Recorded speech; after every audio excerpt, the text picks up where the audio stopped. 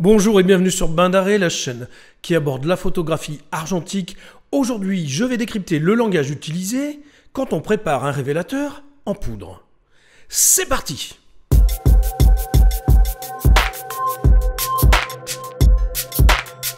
Sur le marché des révélateurs argentiques, on trouve deux types de chimie.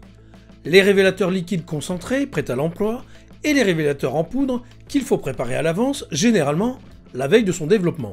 Le révélateur en poudre de référence, c'est le D76 de chez Kodak. La formule de ce révélateur fut inventée en 1926. Ses composants ont été repris quasi à l'identique par Ilford avec son ID11 et Paradox avec son Nadox D76. Ces chimies en poudre, qui se conservent très longtemps si elles ne sont pas ouvertes et dans des conditions de conservation adaptées, permettent de faire ce que l'on appelle une solution stock, également appelée solution de réserve. Pour la dilution, j'utilise de l'eau déminéralisée qui est plus pure que celle du robinet, surtout si la solution doit être conservée plusieurs mois. Mais ça n'engage que moi. Sache que cette solution peut se conserver durant 6 mois dans une bouteille pleine et seulement 2 mois dans une bouteille à moitié pleine. Je t'invite à regarder la vidéo que j'ai réalisée sur la conservation des chimies qui pourra t'aider à conserver ta solution. Généralement, les sachets de solution permettent de réaliser 1 ou 5 litres de révélateur. Particularité chez Kodak, on trouve également des sachets pour faire 1 gallon. 1 gallon, c'est une unité de mesure américaine et qui permet d'obtenir 3,8 litres de solution. Prenons un exemple de préparation avec 1 litre de solution stock de chez Kodak. Pour le D76, il faut une dose de poudre complète à laquelle on ajoute 800 ml d'eau chaude, environ 50 à 55 degrés, pour faciliter la dilution. Comme je te l'indiquais précédemment, j'utilise de l'eau déminéralisée pour la conservation au bidon. Une fois la poudre diluée, on complète ensuite avec de l'eau déminéralisée à température ambiante pour obtenir 1 litre. Enfin, je recommande vivement de filtrer la solution avec un filtre à café pour des résultats optimums, quelle que soit la marque du révélateur en poudre. Ma solution stock ou solution de réserve est prête. La solution stock peut être utilisée de 2 manières. La première méthode consiste à utiliser ta solution en stock. Pour faire simple, tu vas réutiliser ta chimie plusieurs fois. Ilford annonce que cette solution stock permet de faire 10 films.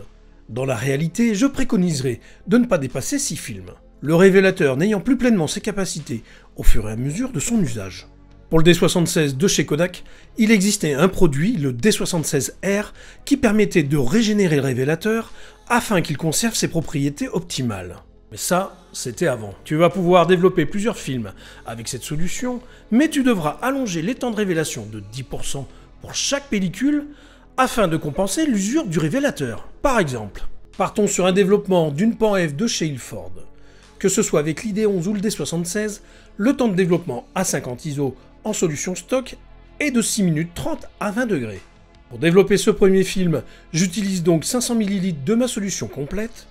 Une fois le temps de révélation arrivé à son terme, je remets le révélateur que je viens d'utiliser dans son bidon de stockage. Le temps de développement qui est associé au terme stock dans la colonne dilution du site The Massive Depth Chart est indiqué pour la première utilisation de ta solution.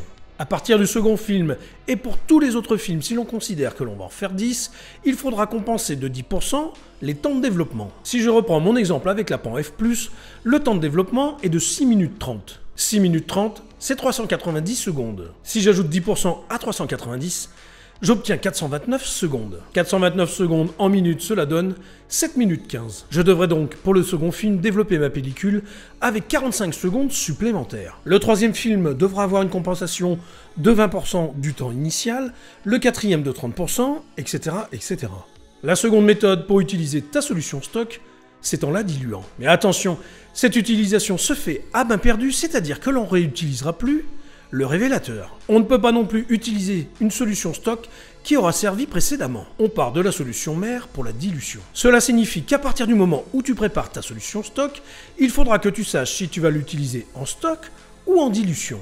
Dans les tableaux de temps de révélation du site The Massive Depth Chart, avec un révélateur en poudre, tu remarqueras dans la colonne dilution qu'il figure les termes 1+1, 1+2 ou 1+3, parfois notés en étant séparés par le signe de point.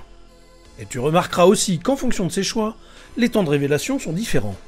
Pour ce qui est du 1+1, c'est très simple. Tu vas utiliser ta solution stock en la diluant. 1+1 signifie que pour une dose de solution, il te faudra une dose d'eau de même volume.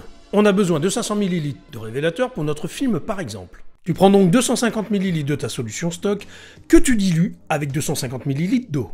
Tu peux prendre de l'eau du robinet car ton développement se fait à bain perdu. Comme tu as dilué cette solution avec davantage d'eau, tu vas devoir allonger le temps de révélation.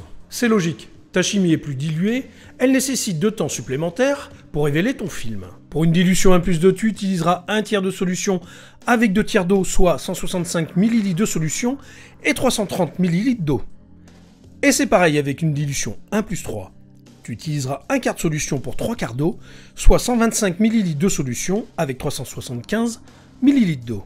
Au-delà de l'aspect économique, notamment en dilution 1+3, le révélateur va agir différemment. Cette dilution plus importante aura pour effet d'augmenter la cuitance, mais également d'augmenter légèrement le grain. Et bien souvent, c'est pour cette raison que les utilisateurs préfèrent la dilution 1+3. C'est pour son rendu différent. Il est de notoriété que l'on obtient d'excellents résultats avec les films A400 ISO, tels que la Delta 400, la Tri-X ou encore la HP5+ de chez Ilford, avec du D76 en solution 1+3. Mais attention, les temps de révélation sont bien plus longs. Par exemple, pour une HP5+, le temps de révélation est de 20 minutes. Cette vidéo est maintenant terminée, j'espère qu'elle t'aura plu. Si c'est le cas, n'hésite pas à la liker et à la partager sur tes réseaux. N'oublie pas de t'abonner à la chaîne si ce n'est pas fait. Je te dis à bientôt, mais d'ici là, porte-toi bien. Ciao!